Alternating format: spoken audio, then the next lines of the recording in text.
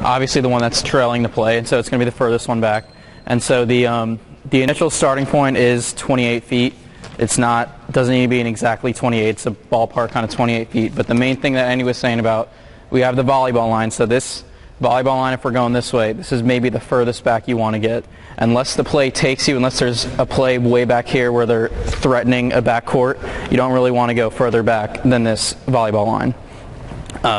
If anything, you could also come up a little bit if there's a play right here and there's some action right here. You can come around, get a better view right here. It's all about the perspective. If there's two players right here, you don't want to be standing right here. You want to maybe slide down a little bit so you can be able to look at the space. So that's just the starting position for the trail. And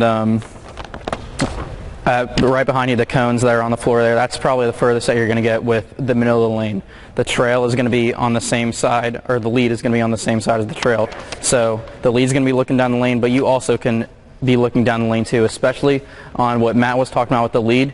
When there's like kind of pushes in the back on the rebounds, the lead's not really going to be able to see the back pushes and the stuff, the arm bars like that. So that could be a lead call coming in on a rebound when you could be able to see him coming from behind on a foul.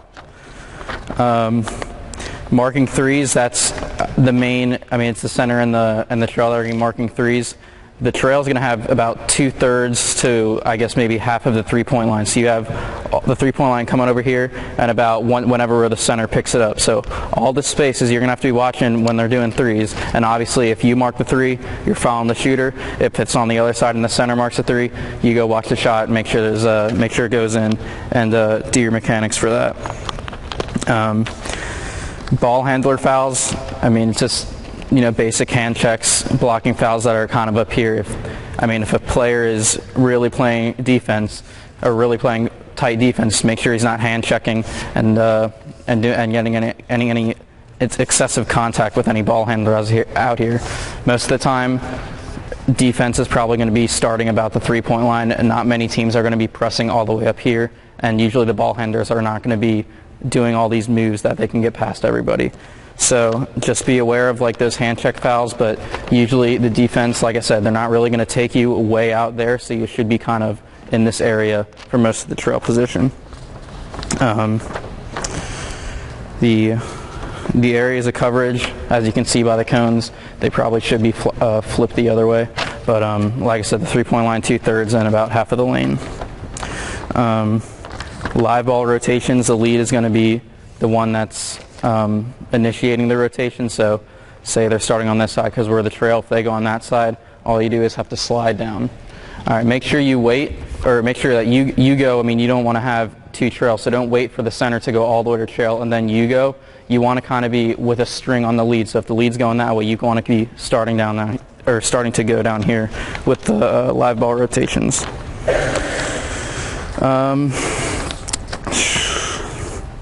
So the bump and run, we kind of briefly touched on it.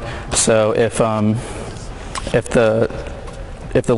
trail has a foul, or not a foul, if it goes out of bounds, just all you're going to do is give it to the lead, and you can go down here. So if the ball goes out of bounds and we're going back this way, all you're going to do is pass it to the lead, and then you're going back down there to the other lead. So the main thing is you don't want to be moving around too much, rotation-wise. You don't want to be having to go all over the place in any position, just so it makes it easier for your partners to be able to see where you are on the floor. Press coverage was also kind of a touch on with the lead. The lead is going to be doing press coverage down there, but you can also be doing press coverage as, say, if they're coming this way. So if there's two players out here playing defense, you don't want to be down here. You can still get up on them and be able to officiate them out here. But if there's nobody out here, you don't want to be too far back. And that's all I have right here.